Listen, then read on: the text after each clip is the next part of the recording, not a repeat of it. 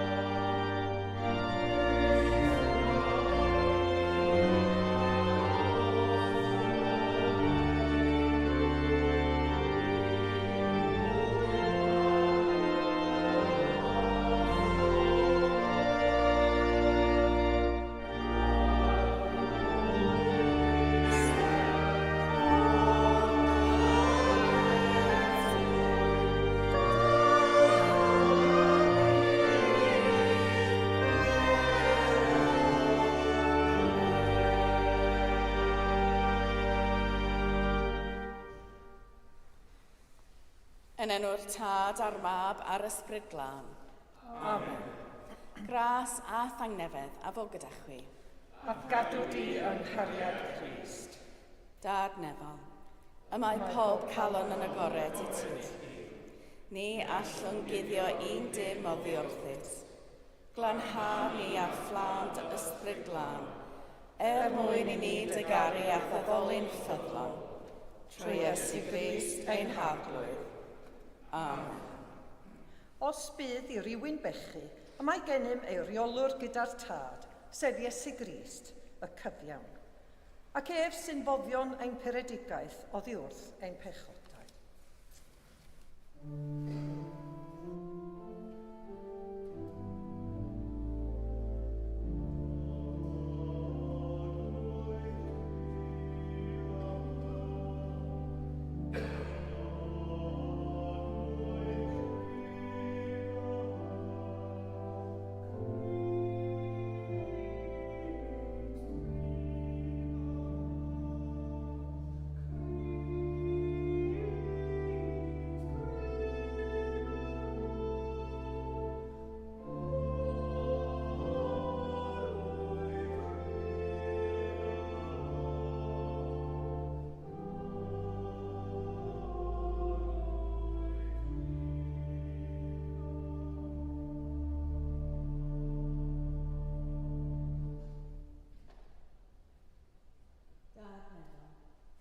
Yr ydym wedi pechu ar feddwl, gair a gweithred, a heb wneud yr hyn a ddylem.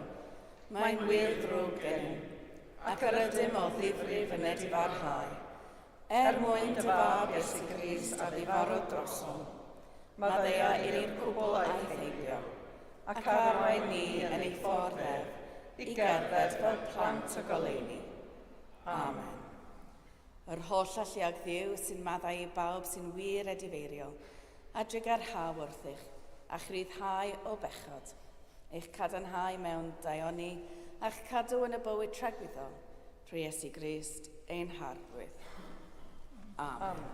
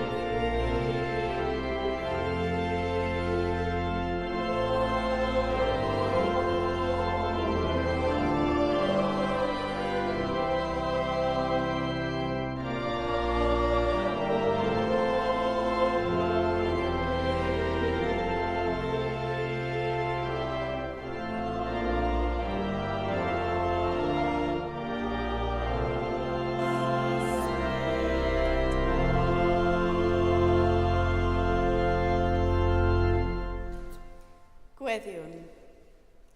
Ddiw Tregarog, darperaist i'r rhai sy'n dygaru y fath bethau dionis sydd uwch law ein deall.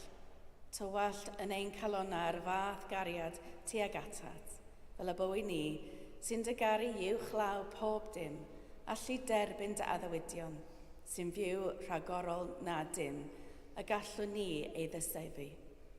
Trwy Iesu Grist ein harwydd, sy'n fyw ac yn ternasu gyda thi, yn un dod ar ysbryd glân, yn un Duw, yn awr ac am byth.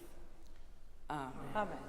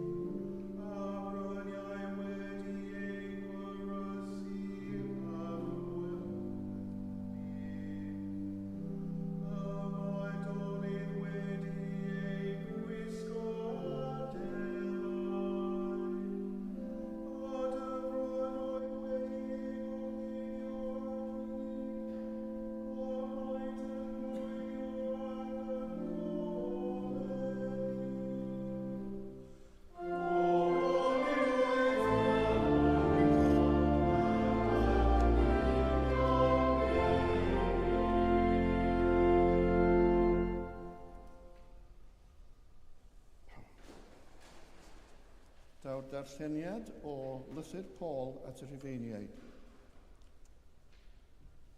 Yn felly, nid yw'r rhai sydd yng Nghrist Iesu dan gollfarn o unrhyw fath, oherwydd yng Nghrist Iesu y mae cyfraith yr ysbryd sy'n rhoi bywyd wedi dyryddhau o ofael cyfraith pechod a marwolaeth. Yr hyn oedd tu hwnt i allu'r gyfraith yn ei gwendid dan gyfyngiadau'r cnawd y mae Duw wedi ei gyflawni, wrth anfon ei fab ei hun mewn ffurf debyg i'n cnawd pechadurus ni, i ddelio â phechod y mae wedi collfarnu pechod yn y cnawd.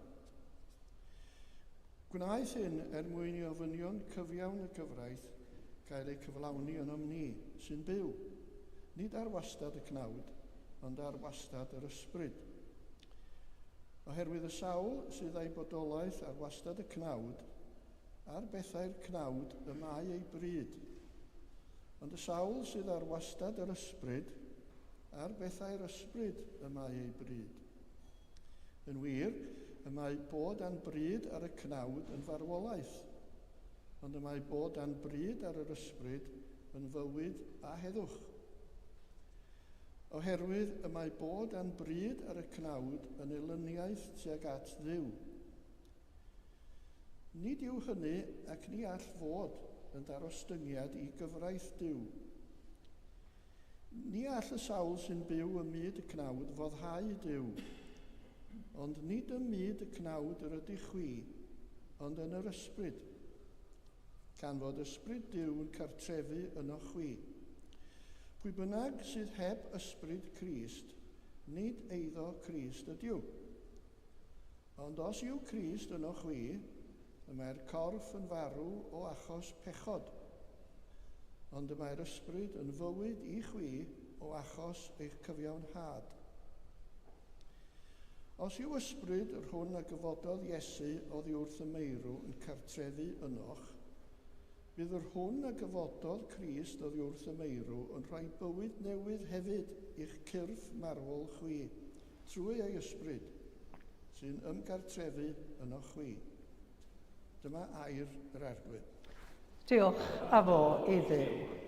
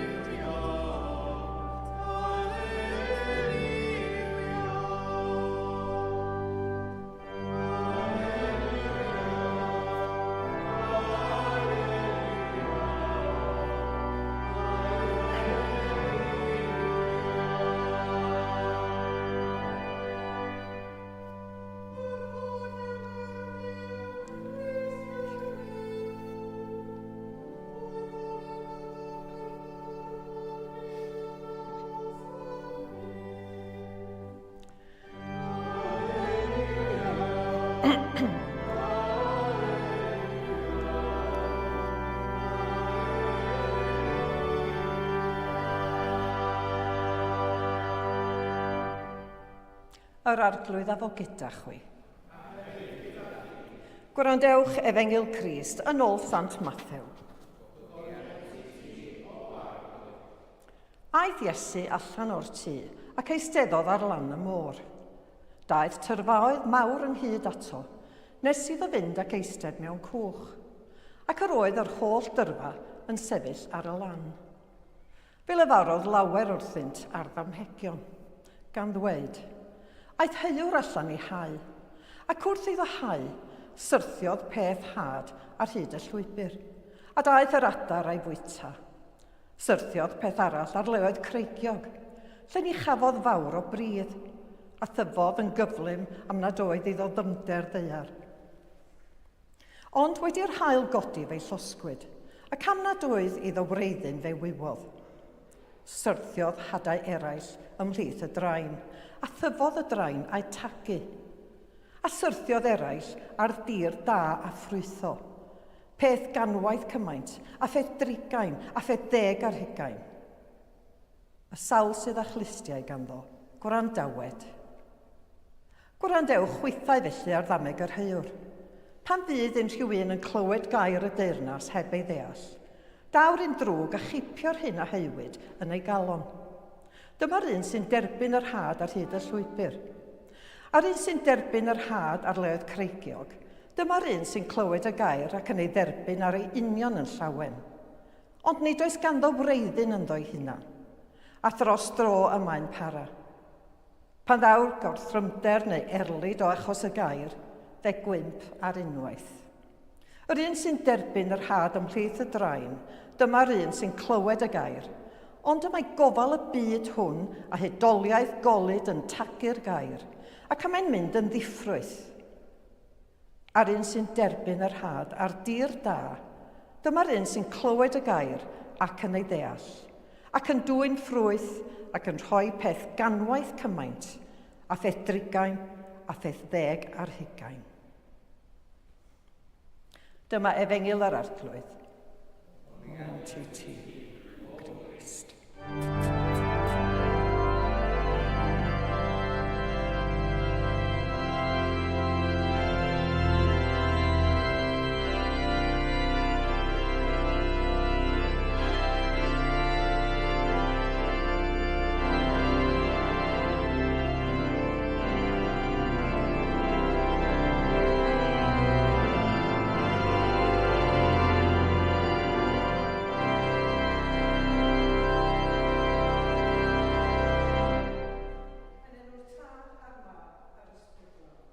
Amen.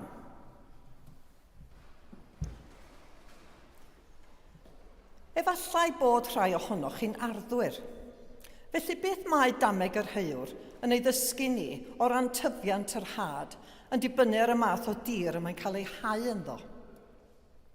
Ym Mhelesteinau'r ganrif gyntaf, gellid hau caeau naill ai yn yr Hydref neu'r Gwanwyn, ac roedd gwahanol ddulliau o aredig a hau.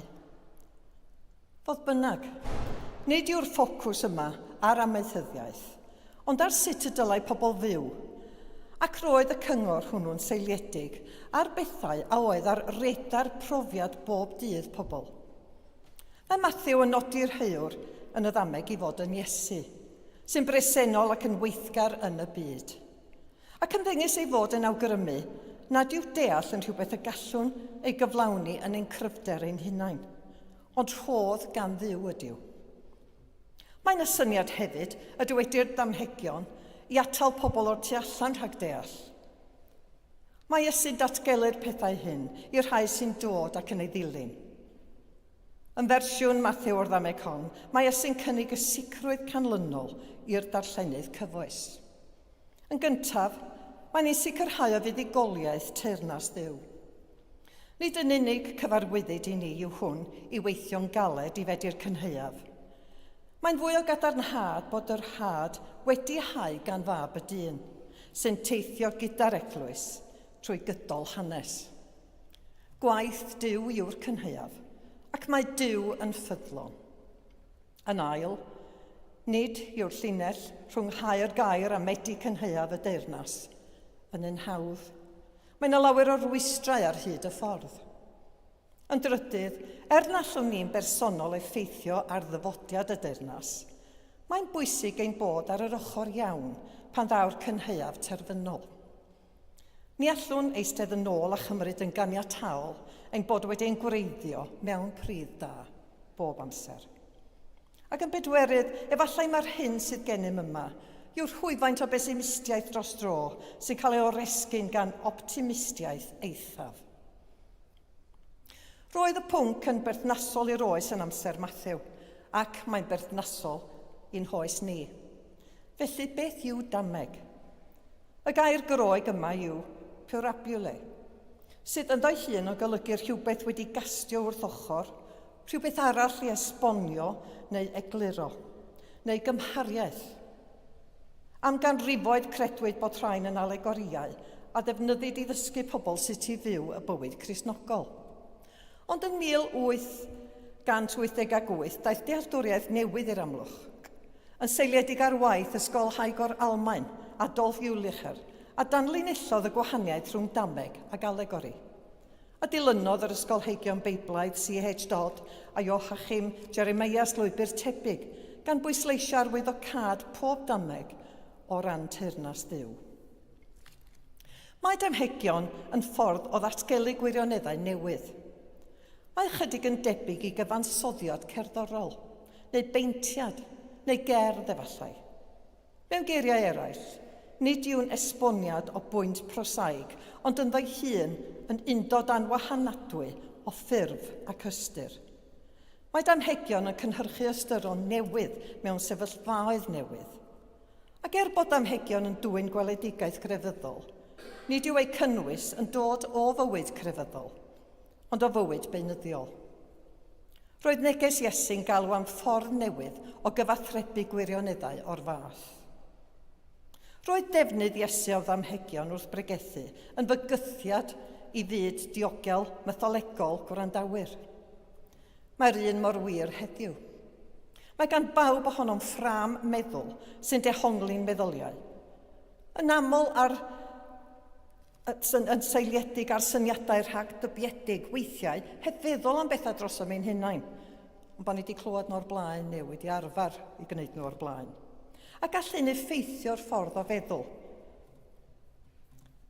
Ac hefyd, y ffordd ydym ni yn meddwl am sefyllfaoedd mewn bywyd. Mae Iesu'n herio'n ffordd o feddwl. Eisiau i ni fod yn byw yn ôl gwerthoedd y deyrnas yn hytrach na yn ôl gwerthoedd y byd. Ac yn Llythyr at yr Rhufeiniaid, pennod 8, adnod 5, darllenwn hyn. Oherwydd y sawl sydd â'i bodolaeth ar wastad y cnawd, a'r bethau'r cnawd y mae ei bryd.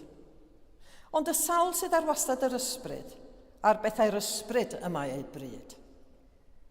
Daw'r ysbryd glân, clywais, i gysuro'r rhai a aflonyddwyd, ac i aflonyddu y cyfforddus. Fe'n gelwyr i fod yn y byd, ond nid o'r byd. Felly pa berthnasedd sydd gan hyn oll i ni heddiw? Ychydig funudau'n ôl dywedais fod neges Iesu yn galw am ffordd newydd o gyfleu gwirionedd. Mae'n rhaid i ninnau hefyd dod o hyd i ffyrdd newydd o gyfleu'r gwirionedd. Mae yna lawer o bobl allan yna, nad oes ganddynt nhw wybodaeth o gwbl am Iesu, nac am unrhyw o'r straeon Beiblaidd. Nid yw ein ffurfiau addoli traddodiadol yn apelio at lawer yng nghymdeithas heddiw. Mae'r iaith rydyn ni'n ei ddefnyddio yn estron iddyn nhw. Felly mae llawer o waith i'w wneud wrth gyfleu'r newyddion da am Iesu mewn ffordd a gall pobl ei ddeall y dyddiau hyn. Ac da ni eisoes wedi dechrau gwneud hyn ar sawl lefel. Mae llawer o brosiectau cyffroes yn digwydd ar draws yr esgobaeth ar hyn o bryd. A byddwn yn annog pob un ohonoch chi i feddwl am fynegiadau newydd a ffres o ymestyn allan i'n cymunedau, wrth i ni geisio rhannu'r gwirionedd, ffydd, gobaith a'r cariad y mae Iesu'n ei cynnig. Mae hyn i gyd yn gyffroes ac yn real iawn, ond dim ond os ydym wedi'n gwreiddio mewn pridd da y gallwn ddwyn ffrwyth. Ond beth mae hynny'n ei olygu? Mae'n golygu bod angen i ni gadw ein llygaid yn sefydlog ar Iesu. Mae'n golygu bod angen i ni gael ein trwytho mewn gweddi ac yngair Duw, wrth i ni ofyn i'r ysbryd glân ein tywys. Mae'n golygu bod angen i ni barhau i dyddu fel disgyblion. Mae'n golygu y dylem roi Duw yn gyntaf yn ein bywydau. Y dylem garu Duw a charu ein gilydd. Os gwnawn y pethau hyn, yna byddwn yn dwyn ffrwyth, oherwydd os ydym yn cadw ein llygaid ar Iesu, byddwn yn sicr eisiau dweud wrth eraill am y gwahaniaeth y mae yn harglwydd Iesu Grist yn ei wneud ym mywydau pobl. Bydd gennym bryder am y rhai sydd ar y cyrion mewn cymdeithas. Byddwn am weld cyfanrwydd, gwirionedd, tegwch a chyfiawnder mewn cymdeithas. I orffen, ond ogystal â bod y Chweched Sul Wedi'r Drindod, mae heddiw hefyd yn Sul y Mor yn ein dyddiadur.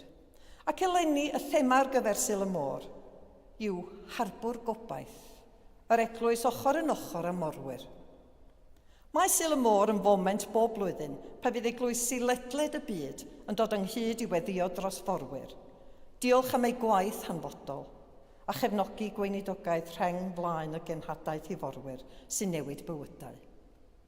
Mae morwyr yn hanfodol i fywyd bob dydd, ond mae llawer yn gweithio heb y cael ei gweld, gan wynebu cyfnodau hir i ffwrdd o'i cartrefi. Gwynebu unigedd ac amodau perclus yn aml. Mae Sul y Mor yn cynnig cyfle i eglwysi oedi, myfyrio ac ymateb, gan sefyll ochr yn ochr ar dynion a'r merched sy'n cadw ein byd ni yn symud, i ddarparu bwyd ac i gadw'r economi yn iach. Felly gadewch i ni gymryd eiliad o dawelwch i gofio am y rhai hynny sy'n gweithio ar y môr. Ac yna byddaf yn gorffen gyda gweddi drostynt, wrth i ni ei dal yn ein calonnau ger bron Duw mewn gweddi.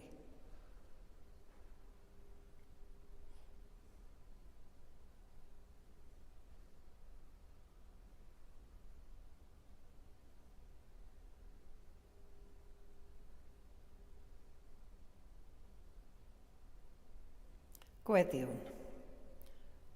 O arglwydd y dyfroedd a'r tir, diolchwn i ti am ryfeddodau dy greadigaeth.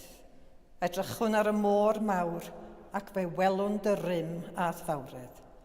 Diolchwn i ti am y cyfoeth sydd ynddo, am y harddwch sy'n bodoli o'n cwmpas, ac am y ffyrdd y mae'r môr yn cysylltu ac yn cynnal bywyd ar y ddaear. Dad Nefol, cyflwynwn i ddofal dyner, yr rhai sy'n gweithio ac yn teithio ar y môr. Bydd ddiogelwch iddynt yn y stormydd, ac yn y dyfroedd tawel. Tywys y llangesau masnachol, y cychod pysgota a phawb sy'n gwarchod ein harfordiroedd. Cysura a nirtha eu teuluoedd sy'n aros gartref a cadw hwy yn dy amddiffynfa. Arglwydd y bydysawd, rydym yn cydnabod ein cyfrifoldeb fel ceidwaid dy greadigaeth. Gwna ni'n ymwybodol o'n gweithredoedd, ac yn wrth fwyaf ni i lanhau a diogelu ein cefnforoedd rhag llygredd a dinistyr. Rhodd oedd ddinneb i ni i ofalu am y cread mwyn cenedlaethau'r dyfodol, fel y byddwn ni, y môr a'r holl greadigaeth yn parhau i glodfori dy enw sanctaidd. Amen.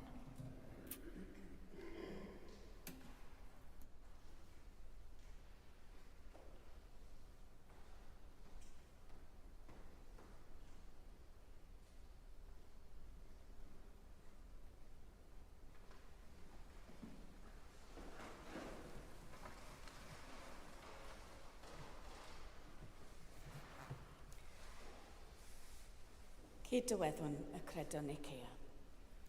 Credwn yn un Duw, y Tad yr holl alluog, gneithir o neb a dio, a phobeth gwledig canwledig. Credwn yn un arwydd Iesu Grist, unig Fab Duw, ac yn hedwyd gan y Tad cyn yr holl oesau. Duw o ddiw, llewych o lewych, gwir ddiw o wir ddiw, wedi ei genhedlu, nid wedi ei neithir, yn un hanfod â'r Tad, a trwy ddwef y gnaed pob peth, ei mwyn ni ac ein gachaldwriaeth, disgynnod o'r nefoedd. Trwy nerth yr ysbryd glân, daeth gnawd o fair morwyn, a fe gnaed yn ddyn. Fe groeshoelwyd drosom gan Pontius Pilat, dioddefodd angau a fe cladwyd. Atgyfododd y trydydd dydd yn ôl yr ysgyfyrau, ac ysgynnodd i'r nef, ac mae'n eistedd ar ddehilaw'r Tad. A dawd y chefn mewn gogoniant i fannu'r byw a'r meirw, ac ar ei deyrnas ni bydd diwedd. Credwn yn yr ysbryd glân, yr arglwydd rhoddwr bywyd, sy'n deillio o'r Tad a'r Mab, ac yn hyd â'r Tad a'r Mab, a gyd o ddolir ac a gyd o gynefyr, ac lefarwch trwy'r proffwydig. Credwn yn un eglwys lan gatholig ac apostolig, cydnabyddwn ein bedydd er maddeuant pechodau, a disgwyliwn am atgyfodiad y leir, a bywyd y byd sydd i ddod. Amen. Gweddiwn dros yr eglwys a dros y byd, a roedd yn ddiolch o Dduw am ei daioni.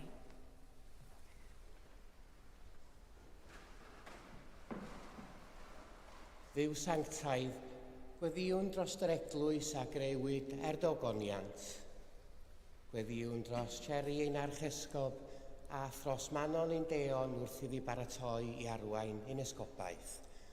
A thros bawb sy'n rhoi ei gwaith, ei hamser a'i cariad i ddyfnhau a cyfoethogi'n meddyliau a'n bywydau yn y lle arbennig hwn. Diolchwn am y gras, y cyfeillgarwch a'r hapusrwydd a gawn wrth ddilyn eu hesiampl yn arwydd clir o'th gariad. Rho'n i'r nerth i barhau yn ysbryd y cariad hwnnw yn ei bywydau ni o ddydd i ddydd ac y mywyd y gadeirlan. Arglwydd yn dy drigaredd. Dduw sanctaidd, gweddiwn dros y byd a grewyd gan dy gariad. Wrth i ni fwynhau dyddiau hir yr haf, diolchwn am gael byw mewn ardal heddychlon a hardd, lle mae gwyrth y greadigaeth i weld mor amlwg o'n cwmpas ar y tir ac yn arbennig heddiw ar y môr a'r arfordir. Gweddiwn dros bawb sy'n byw mewn gwledydd lle nad oes modd cael bendith o'i cynefin, lle mae rhyfel yn dinistio'r tirwedd, lle mae casineb ac anhegwch yn llywodraethu, lle mae colled ofn ac anobaith yn arferol, lle mae rhagfarn yn deyrn, lle mae newyn yn frwydr ddyddiol. Gad i bawb sy'n dioddef yr anghyfiawnderau enbyd hyn dderbyn yr heddwch perffaith sy'n dod drwy dy gariad gwedd newidiol holl gynhwysol. Arglwydd yn dy drigaredd.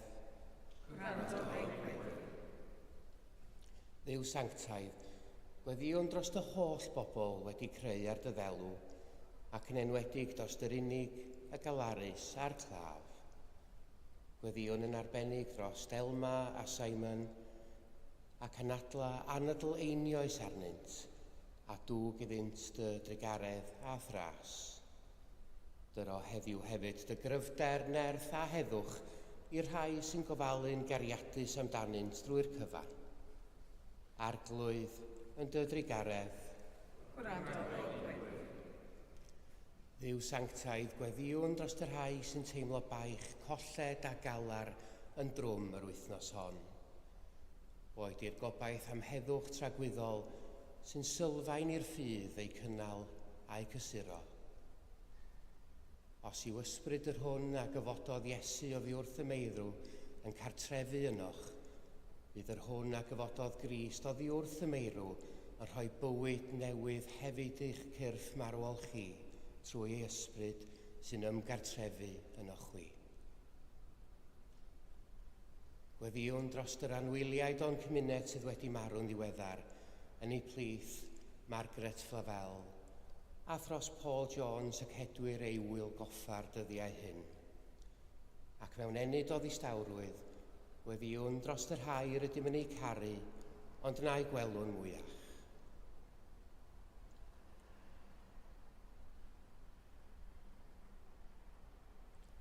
Gorffwys tragwyddol dyr oeddynt o Dduw. Gorffwysed hwy mewn tangnefedd. Dad Tregarog, derbyn y gweddiau hyn, mwyn dy fab, ein gwaredwr Iesu Grist. Amen.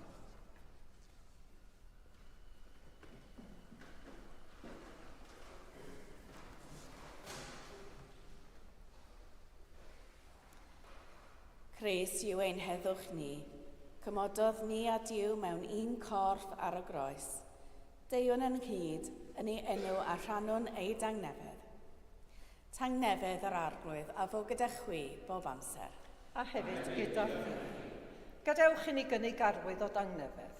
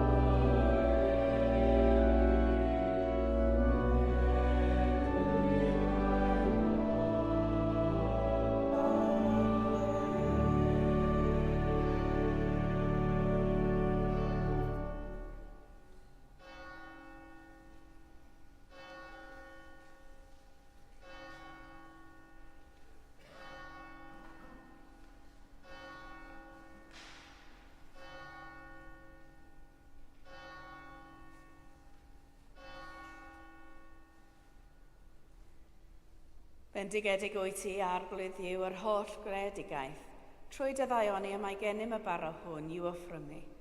Roedd y ddeiar a gwaith dwylo dynol, fe ddaw i ni yn fara bywyd. Bendigedig fyddo Duw am byth. Bendigedig wyt ti arglwydd yw yr holl greadigaeth, trwy dy ddaioni y mae gennym y gwyn hwn i'w offrymu. Ffrwyth o wynwydden a gwaith dwylo dynol, fe ddaw i ni yn ddiod ysbrydol. Bendigedig fyddo Duw am byth. Yr arglwydd afo gyda chwi. A hefyd gyda chi. Dychefwch eich calonnau. Yr ydym yn ei dyrchafu at yr arglwydd. Diolchwn i'r arglwydd ein Duw. Iawn yw'r hoi ein diolch am clod.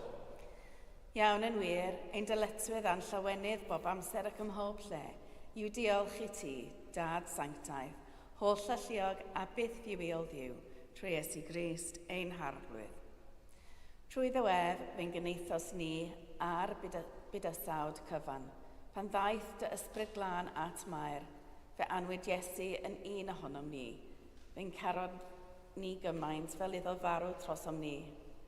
Ar ddydd y pas, codais ef o farw'n fyw, gan goncro marwolaeth a drigioni am byth. Ar y Pentecost, roddais yr ysbryd glân fel yr addawodd Iesu, i'n helpu ni i fyw yn blant i ti. Felly, yma ar y ddeiar, a chyda'r angylion a'r ach angylion, a phawb yn y nefoedd, molianwn dy enw a chanu.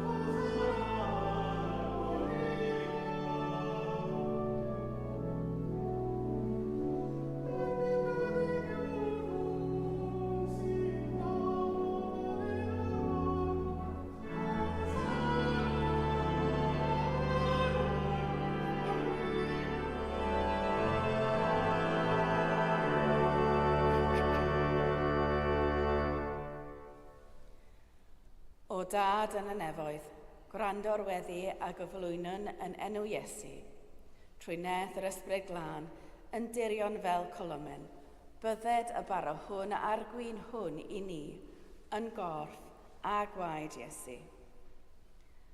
O Dad, cofiwn pan gafodd Iesu swper gyda'i ffrindiau yn noson cyn ei farw. Fe gymerodd y bara, a diolch i ti. Fe torodd a'i roi i'w ffrindiau a dweud, cymerwch hwn a'i fwyta. Dyma fy nghorff a roddir drosoch chi. Gnewch hyn i gofio amdanaf.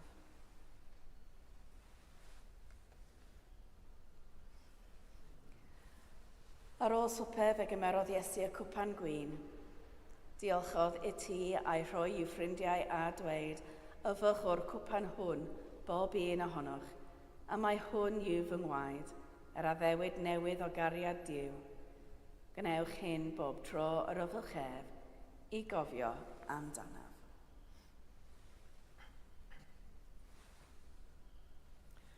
Gyda'n gilydd, cofiwn fod Iesu bob amser gyda ni a dweud, Bu farw'r Crist, atgyfododd Crist, daw Crist mewn gogoniant. O Dad, wrth i ni gofio dy fab Iesu Grist, a fi farw ar y groes ac a atgyfododd, offrwm i ti ar roddion hyn, a'r holl roddion yr wyt ti'n ei rhoi mor hael i ni. Anfond ysbryd glân i fod gyda ni, a phawb sy'n rhannu'r bara hwn ac yn yfed o'r cwpan hwn. Helpa ni i ymddiried yno ti, te da ni nes at ein gilydd, a croesawa gyda dy holl bobl i dernas o gyneddus Iesu. Ti, o Dad, bu a bob anrhydedd a gogoniant trwy Iesu Grist dy fab gyda'r ysbryd glân yn un Duw, yn oes oesoedd. Amen.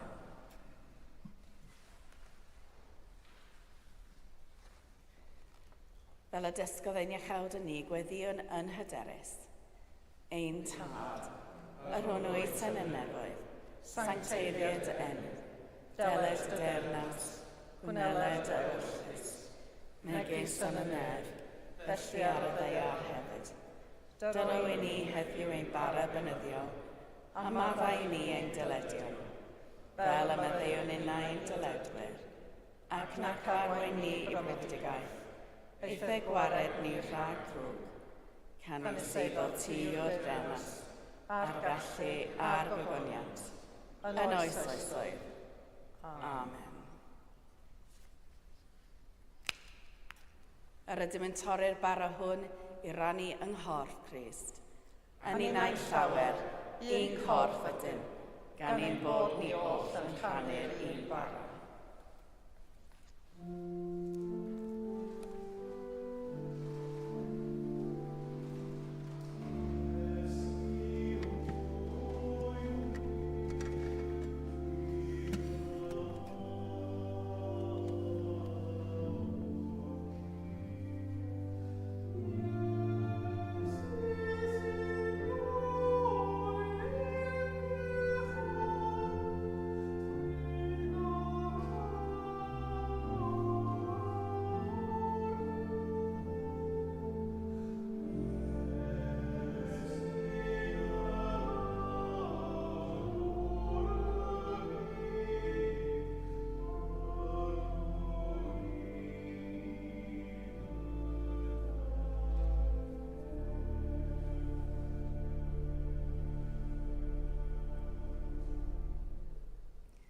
Rhoddion sanctaidd Duw ar gyfer pobl sanctaidd Duw.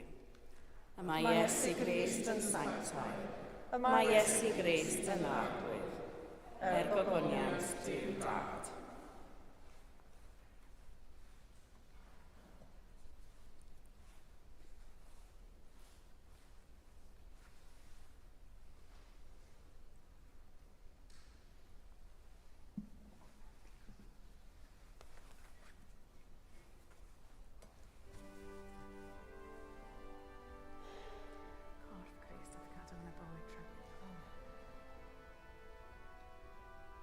Gwaed Crist oedd gadw yn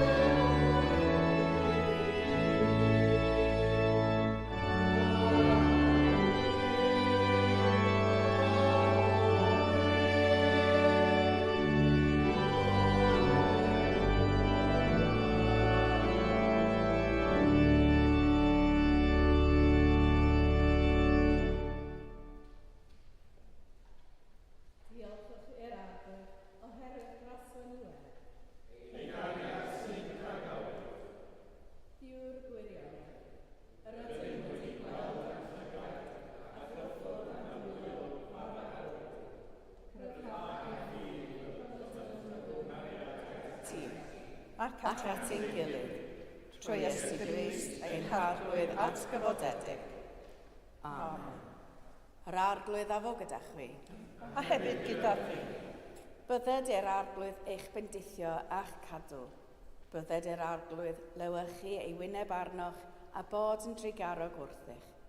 Bydded i'r arglwydd edrych arnoch yn gariadus a rhoi eich chwyd angnefedd. A bendith diw holl alluog. Y tad, y mab a'r ysbryd glân a fywyn eich plith, ac adrigo gyda chwi yn wastad. Amen. Ewch mewn tangnefedd i gario gwasanaethu'r arglwydd. Yn enw'r Crist. Amen.